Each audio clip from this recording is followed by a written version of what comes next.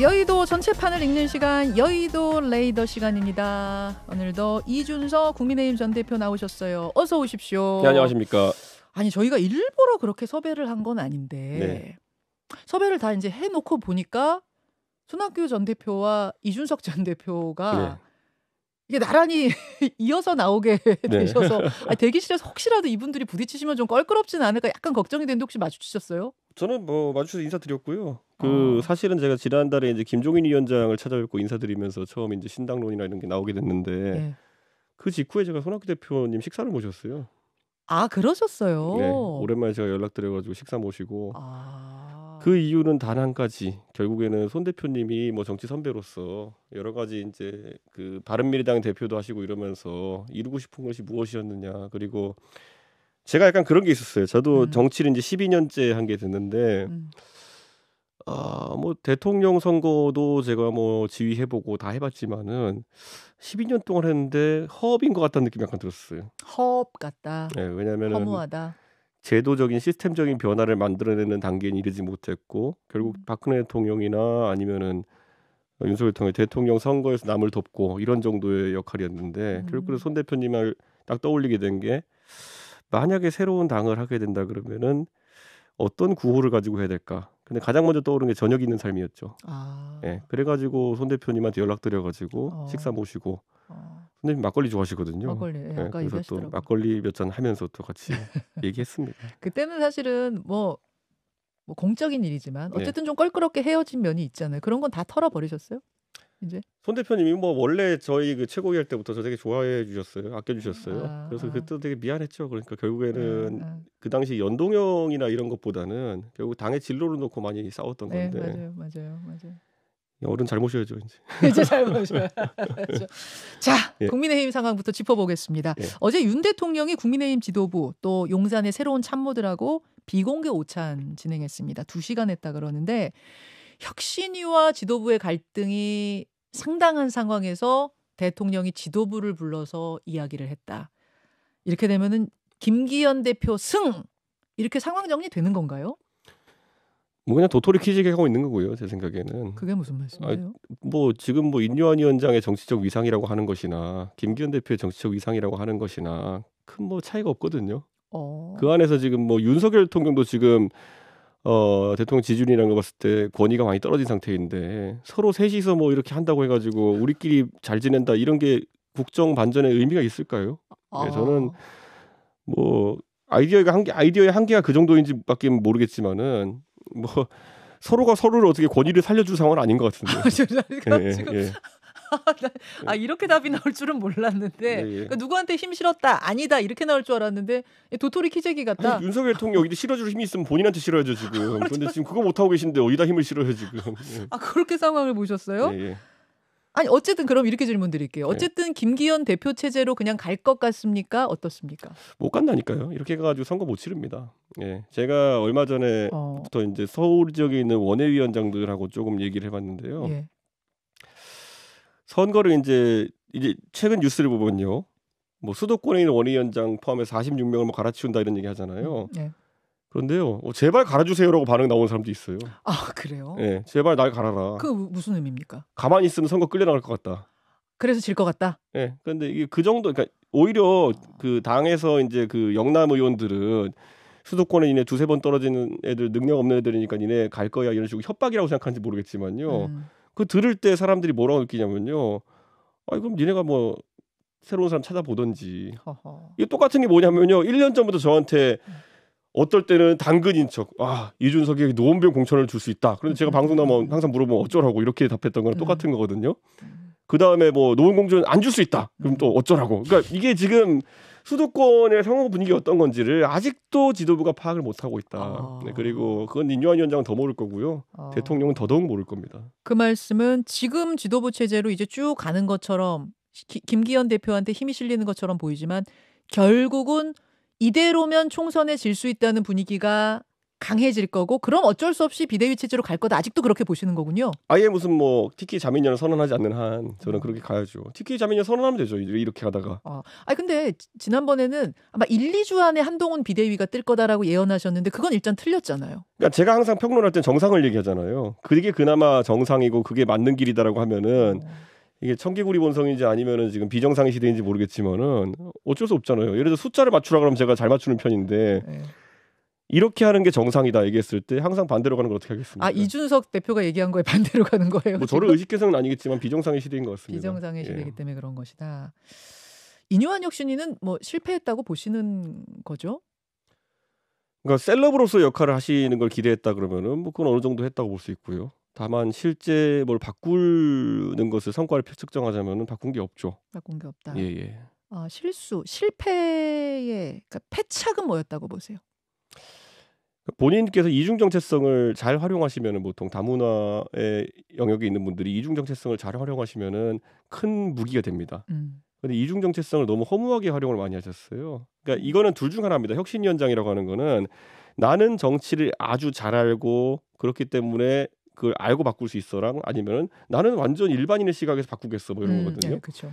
이게 굉장히 혼재돼 있습니다. 인요한 위원장의 말을 보면은 본인이 뭘 많이 아는 것처럼 이렇게 달려들 때도 있고 나중에 가서는 또 굉장히 어설픈 실수를 할 때도 있고요. 이게 이분의 그러니까 다문화적 정체성에서도 가끔 드러나는 게 뭐냐면은 나는 아랫목에서 도덕을 배웠다. 그러니까 그 배운 도덕이 뭐냐 남의 아버지 욕하는 거다 뭐 이런 거거든요. 그러니까 이게 혼란이에요. 그러니까 한국의 정체성을 잘 알고 있다인지 아니면 잘 모른다인지 이런 것들이 계속 혼재되면서 메시지가 잘못 들어가는 거죠. 점수 이제는 뭐 총점 좀 매겨봐도 될 것 같은데 뭐 학점 주신다면 몇 점이나 가능합니까? 이거는 그냥 제가 봤을 때는 학점 매길 수 없는 수준입니다. 이거는 F입니까? 뭐 보통이면 재수강 해야 될 수준인데 뭐 이거 혁신 다시 시킬 사람 없으니까 재수강은 안 되겠죠. 예.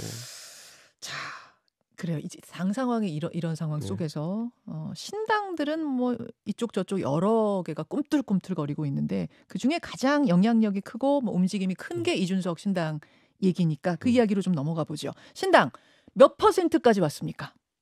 저는 뭐 27일에 움직이겠다고 예고하고 그날이 되면 100%입니다. 그 앞에 100%. 무슨 뭐 제가 지금 오늘 진짜 마음을 뭐 조금씩 1%씩 올려간다 이거는 방송용 멘트지 실제로 준비는 다 하고 있습니다. 예.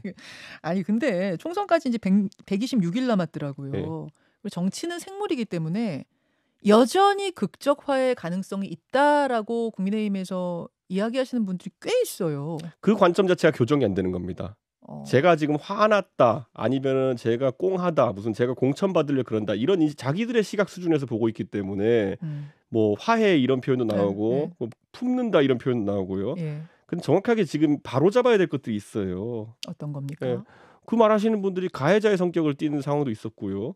그리고 그 다음에 보면은 2차 가해도 있었고요. 그리고 이건 학교 폭력에 가까운 상황도 있었고요. 바로 잡아도 제가 어떻게 생각할지는 다음 단계인데 이 사람들 입장에서는 또 그런 시각인 거죠. 아이고 뭐 젊은 애가 뭐 뿔나서 저러고 있으니까 우리가 잘 보듬어야 돼, 품어야 돼. 우리가 어른이야. 어디 가서 어른입니까 저런 사람들이. 먼저 하는 짓은 완전히 애들 뭐 학교에서 학교 폭력하고 이런 사람들과 다를 게 없는 행동하는 사람들이 혼자 자세가 그런 거예요. 그 시각이 교정이 안 돼요. 안 되잖아요 지금. 자세를 고쳐 앉아야죠 먼저. 그러면 극적 화해 가능성은 없음 이제 제로입니까? 화해가 아니라니까요. 제가 가해자들 용서하느냐 마냐의 문제인데. 그런데 별로 본인들이 가해자라는 인식 자체도 없는 것 같고 학교 폭력을 했다는 인식도 없는 것 같고 하기 때문에 만약 그 시각이 교정이 되면 안 돼요. 그럼 가져갈 것도 없습니다. 그 정도. 그 연예인들 가끔 나와가지고 문제 생기면 그때 와가지고 뭐 하는 척 이런 정도를 하는 게 일반적인데 그걸로는 안 된다. 지금 자기들은 그러니까 그 연예인들이 그렇게 나올 때는요. 나 이거 안 하면 연예인 생활 더 이상 못하고 망할 것 같아라는 인식이라도 생기면 그렇게 하는 거거든요. 근데 그 인식도 없어요 지금.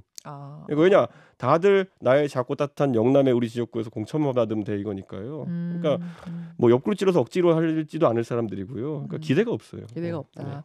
아니 뭐 화해 가능성 이런 문제가 아니라 신당을 현실적으로 못 만들기 때문에 못 만들 거다라는 분들도 국민의힘에 여전히 꽤 많은데 보통 뭐 김현정 이슈라든지 아니면은 그 한판 승부더니 저쪽 자리에 앉으신 분들이 그런 얘기 많이 하더라고요. 뭐 김병민, 김근식 뭐 이런 사람들 막 가끔 보면은 저주밖에 안 해요. 안 될 거다. 못할 거다, 안 될 못할 거다, 뭐 오히려 나가면 산무 막 이런. 나가면 좋다, 뭐 사람 모지 못할 거다, 뭐 내가 해봤는데 너무 힘들다, 뭐 그렇게 계속 저주만 하고 있으라고 하는 거죠, 저는. 예. 근데 그게 이제 뭐 저희가 대구에서 저희가 사실상 토크 콘서트 할 때도 얼마나 저주밖에 안 했습니까? 그거는 뭐 임영웅 씨 인파에 묻혀가지고 쇼하려고 이준석이 저러는 거다. 현장 가보면 말이 안 된다는 걸 기자들이 보고 완전 웃었거든요. 근데 그런 거나 계속 하면서 정치적인 시도하는 것을 방해하려고 하는 건데 그러니까 대책이 항상 그 수준이에요. 네. 사실은 지금 이제 지역구 출마 신청을 온라인으로 네. 받는 이 절차도 시작이 됐습니다. 지금까지 몇 명이나 지원했어요? 방금 전에 들어오기 전에 확인하니까 870명 정도. 근데 이게 870명이요? 근데 이게 뭐 저도 되게 현실적이기 때문에 예. 지지자나 아니면은 연락망 명단과는 다르게 예. 이거는 출마 결심에 이르는 사람의 수는 훨씬 줄어들 거고요. 예. 그리고 이 중에 또 객관적으로 출마했을 때 지지를 받을 수 있는 그 이력이나 아니면 이런 걸 갖춘 분들은 예. 또 출연하면 적을 거기 때문에 어. 이건 말 그대로 정말 정치에 관심이 있고 출마에 관심이 있는 하지만 정치과 연이 없어가지고 스스로를 알릴 수 없는 분들을 위한 통로를 열어놓은 거고요. 저는 생각보다 지금 너무 많아서 깜짝 놀랐는데 870명이 출마하겠다고 신청을 했다고요? 그 포맷 신청됐고요. 거기에 들어오신 분 중에 보면 이명박 뭐 이런 거 막 장난으로 넣은 사람들. 아, 장난도 있어요? 장난 다 제거하고 그렇습니다. 제거하고 870. 예. 이게 지금 며칠 됐죠, 모집한 지? 이틀 됐습니다. 이틀 됐는데. 예. 그럼 눈여겨서 지금 보고 계실 텐데 좀 눈에 띄는 인물도 있습니까? 제 눈에는 적어도 뭐 오늘 방금은 수치만 다시 확인했고요. 어제 한 500분 정도 이제 들어왔을 때 제가 보니까 한 2, 30분 정도는 출마하셔도 굉장히 괜찮은 스펙이겠다. 그 정도의 생각을 갖고 있습니다. 그래요? 네. 이런 류의 사람이 좀 지원해 줬으면 좋겠다는 일종의 어떤 모델상 이런 게 있을까요? 결국 정치권에서 이제 박근혜라는 아주 중요한 정치인이 박근혜 퀴즈를 발탁한 이후로 그 다음에 사실 누가 새로 영입되거나 이런 거에 성공적인 모델이 많지가 않습니다. 예. 그래마 이제 영입이라고 하긴 좀 그렇지만은 우리가 분위기를 띄워가지고 천하용인 팀을 만들어낸 것 정도가 전 굉장히 의미가 있다 이렇게 보는데 저는 천하용인과 함께했던 그 한 지난 1년간의 시간이 너무나도 행복했기 때문에 천하용인 팀 정도 되는 사람들, 그 정도의 결기와 아니면은 그런 능력을 가진 사람들이면 괜찮다. 그런 사람 지금까지 있어요? 저는 있다 봅니다. 있어요. 예, 어제 제가 명단 후려보면서 그 명단에서만 한 천하람 위원장만큼 잘하겠다 싶은 사람이 한 3-4명 보였습니다. 와, 네. 야, 그래요? 네, 이력으로 봤을 때. 근데 그거는 긁지 않은 복권이니까 만나봐야 될 테고 천하람 위원장이 그렇게 쉽게 탄생한 스타가 아닙니다. 네. 그럼요. 그 정도 인재가 어려운데 제2, 제3의 천하람이 꽤 보였다. 아니, 얘기가 나왔으니 말인데. 근데 이게 좀 아픈 질문일 수도 있어요. 천하용인 내부는 왜 아직도 시원하게 신당 동참, 전원 선언 이런 거 안 합니까? 이렇게 봐야 될 것 같아요. 아직까지 신당을 한다라는 선언 자체가 먼저 제가 하지 않은 상태에서 천하용인이 그 선언하는 것도 웃기고요. 그리고 두 번째로는 천하용인이라고 하는 사람들 중에서 제가 단언코 말씀드리면은 결심을 끝낸 사람도 있습니다. 그래요? 네, 그런데 결심을 아직 끝내지 못한 사람도 있고요. 아니, 근데 겉으로 보기엔 4명이 다 결심이 이미 선 상태처럼 보이는데 그게 아니에요? 뭐 아니죠, 그거는. 그리고 뭐 비명계라고 다르겠습니까? 다 각자 지금 선거를 앞두고 고민이 깊은 게 오히려 정상이고요. 그 누가 뭐 우리가 손들면 따라간다 이거는요. 총재 시절 한 20년 전 이후로는 어떤 정치 행보에서 나타나지가 않아요. 그렇기 때문에 그게 뭐 특별한 현상은 아닙니다. 그거는. 지금 어쨌든 지역구에 출마하겠다는 사람들이 이렇게 꽤 된다면 선거제가 병립형으로 회귀하든 뭐 연동형이 유지되든 상관없는 건가요? 이 당은?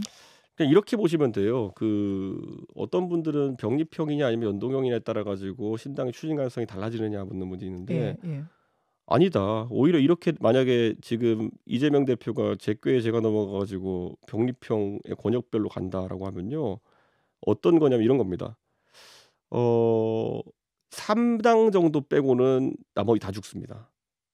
병립형으로 가면. 병립형, 권역별 병립형으로 가면요. 예를 들어 남부지방 같은 게 한 7% 이상 받아야지만 의석이 하나 나오는 거거든요. 그러면 지금 뭐 예를 들어 정의당의 득표율 예상치도 지금 뭐 여론조사에 보면은 그렇게 7%를 상회하지 않는 것으로 나온 상황 속에서 그러면은 나머지 정당들 예를 들어 한 작은 당들, 뭐 진보당이나 정의당들이나 이런 당들이 만약에 결과 그렇게 나온다 그러면은 그들이 받는 표가 사표가 되어버리는 상황이 생깁니다. 그렇게 되면은 결국 1, 2, 3당 정도에게 표가 몰리게 돼 있거든요. 예, 예. 그럼 오히려 3당은 원래 연동형이었을 때 갈라지는 표보다는 더 많이 받게 되고. 그러니까 이런 겁니다. 연동형 위성정당이 있는 것보다는 그 병립형 권역별이 나은 상황이 나올 수도 있는 겁니다. 병립형이면서 권역별로 갔을 그랬을 때. 때는 소위 말하는 한 당 4-5개 이외로는 다 안 나옵니다. 예. 이준석 신당에는 불리할 게 없다. 만약 그거야 제가 이제 제가 추진하는 신당이 만약에 그 7%나 이런 선을 넘는다는 가정하에고 못 넘으면 같이 망하는 거죠. 그런데 그 어차피 못 넘으면 망한 거거든요, 어차피. 예, 그러니까 뭐 넘는다고 했을 때는 결코 권역별 병립형이 연동형보다 의석수가 적지 않을 겁니다. 그래요. 예. 조금 전에 이재명 대표가 제꽤 제가 넘어갔다 뭐 이렇게 표현하셨는데 그건 무슨 말씀입니까? 저는 제가 이재명 대표의 위치에 있으면은 이런 선택 잘 안 할 거거든요. 이게 지금 현실적으로 유리하다는 거거든요. 멋지게 지면 무슨 소용이냐 이거거든요. 이렇게 보시면 돼요. 제가 항상 뭐 얘기하듯이 연동형을 이제 가게 되면은 본정당과 위성정당의 이제 간의 상호 교류가 금지돼요, 사실상. 무슨 말이냐면 한동훈 장관 같은 경우에도 이제 국민의힘 입장에서는 마지막 동아줄처럼 생각하고 이제 기다리고 있는 건데 만약에 연동형이 되면 한동훈 장관이 비례 출마를 못 합니다. 그렇죠. 저쪽 당으로 가야죠. 위성정당. 위성당에서 본당을 지휘하는 것이 선거법 위반입니다. 네, 나중엔 합칠지언정 선거 중에는 따로따로예요. 완전. 통합 선대위 이런 것도 안 돼요. 안 돼요. 그렇기 때문에 사실상 이 구조적으로 봐야 되는 게 국민의힘이라는 당이 의석 배분이 영남 비례 이거가 지금 현역의원은 다거든요. 예. 그러다 보니까 나중에 선거 때 가면요.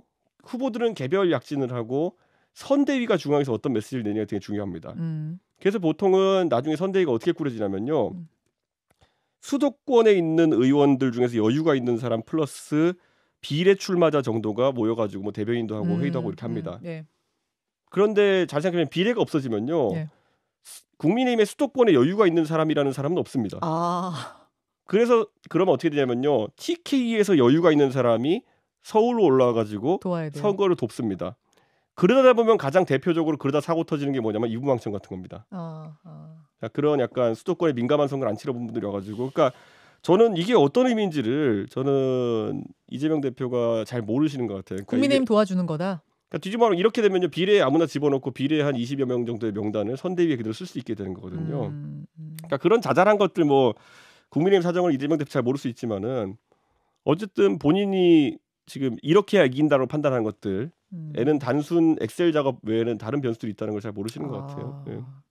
한동훈 장관은 진짜 이번에 개각에 포함이 안 됐거든요. 네. 어떤 식의 움직임이 있을 거라고 보세요? 저는 지금 한동훈 장관은 예를 들어 어디 지역구 뛴다 그러면요. 수도권의 강남권 아니고는 쉽지 않을 거라는 생각하고요. 그래. 수도권의 그것도 강남 밖에는 만만한 데가 없다? 한동훈 장관인데? 비슷한 생각으로 이제 용감하게 종로 떴다가 이제 크게 지신 분이 황교안 총리거든요. 네.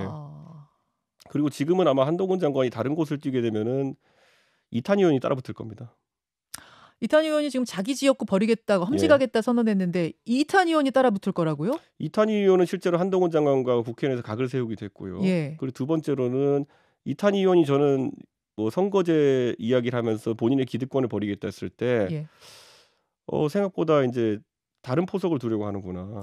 그 포석이 한동훈과 겨루는 포석이라고 보셨어요? 저는 그렇게 한 이상 본인이 험지라고 하는 곳이 국민의힘에 지금 수도권에 다른 험지는 없거든요. 그러니까 땅이 험지가 아니라 센 사람과 붙겠다는 의지로 나올 수가 있어요. 네. 그런데 예를 들어서 그렇게 되는 상황이 발생하면 흥행 카드죠.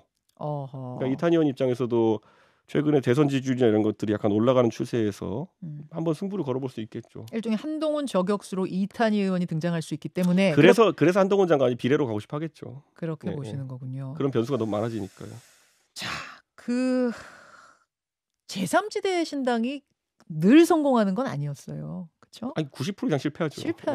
최대한 텐트를 좀 크게 쓰고 많이 뭉쳐야 된다라는 조언들 지금 많이 합니다. 텐트 얼마나 크게 쓸 생각이세요? 저는 이제 상식적으로 대화가 되는 사람들이어야 된다 생각하고요.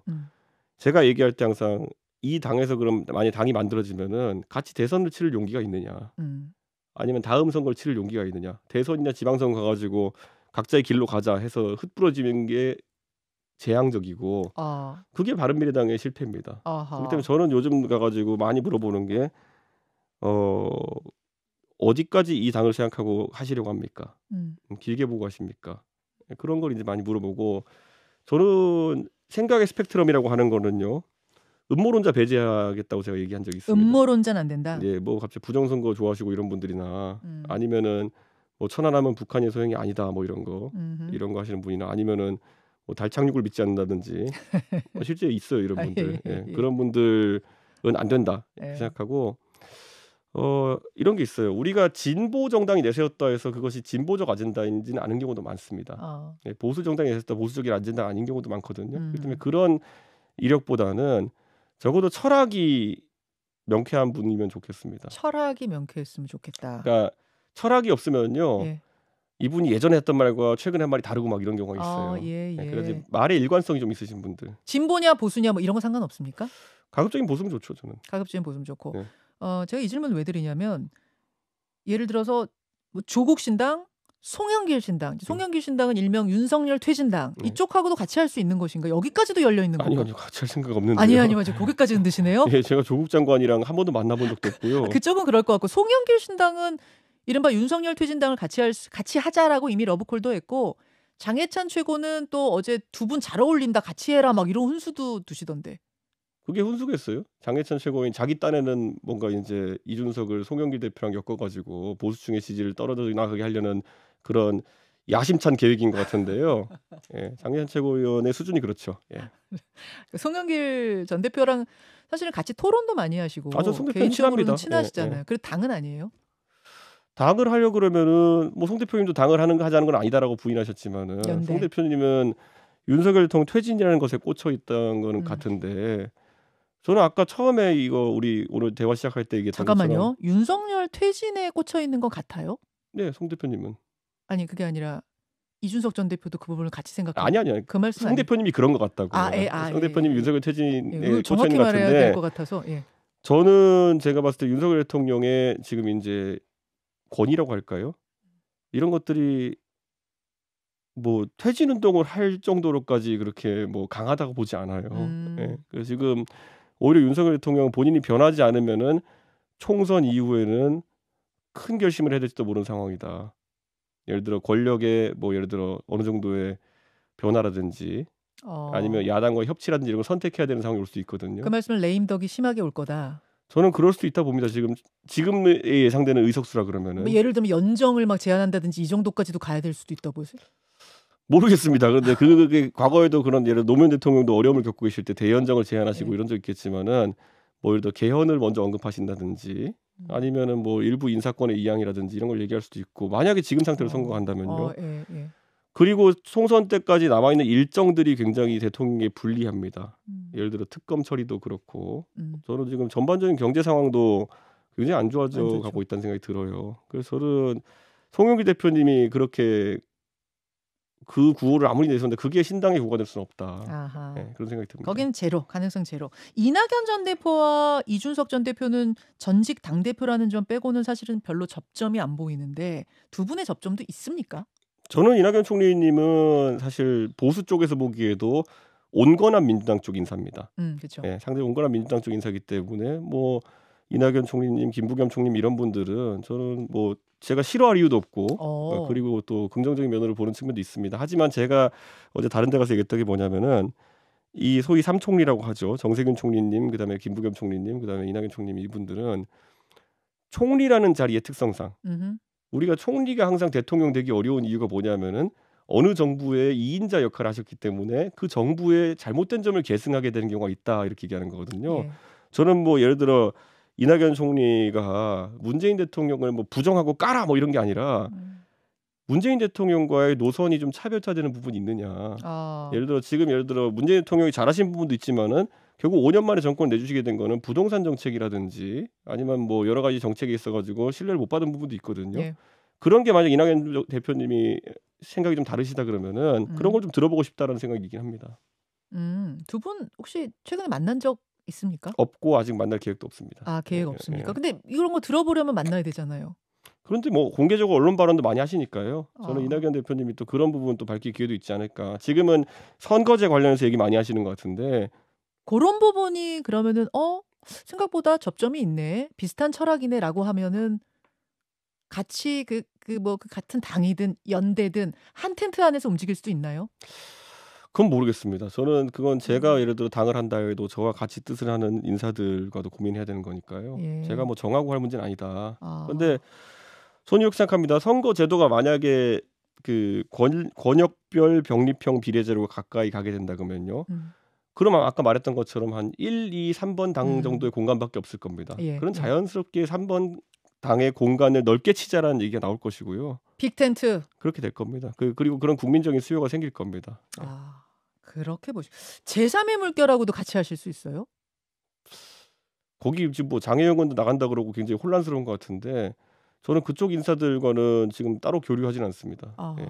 그런 상황이고. 예. 그러니까 사실은 제3지대에는 텐트를 어디까지 치느냐가 이제 점점 더 중요한 문제가 될 거예요. 네. 그러다 보니까 제가 어디까지 같이 칠 수 있는 것인가 이 부분을 오늘 좀 집중적으로 조국 장관은 아닐 것 같습니다. 거기다 예. 윤석열 퇴진당도 아닌 것 같은데 들어보니까. 그것도 뭐 저는 별로 관심 없고요. 예. 근데 이낙연 전 대표는 조금 여지가 있네요. 지금 들어보니.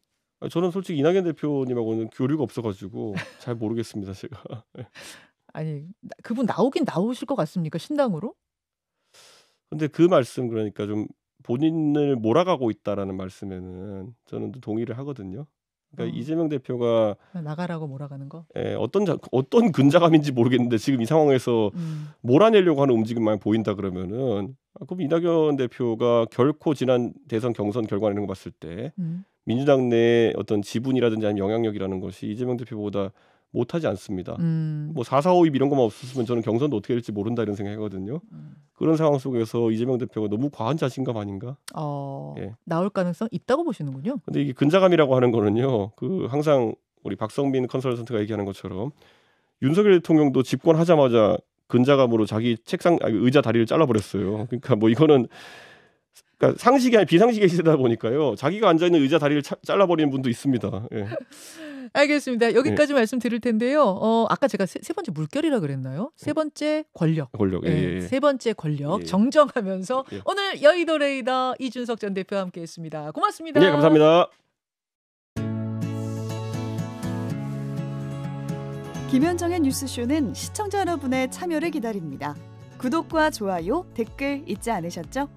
알림 설정을 해두시면 평일 아침 7시 20분 실시간 라이브도 참여하실 수 있습니다.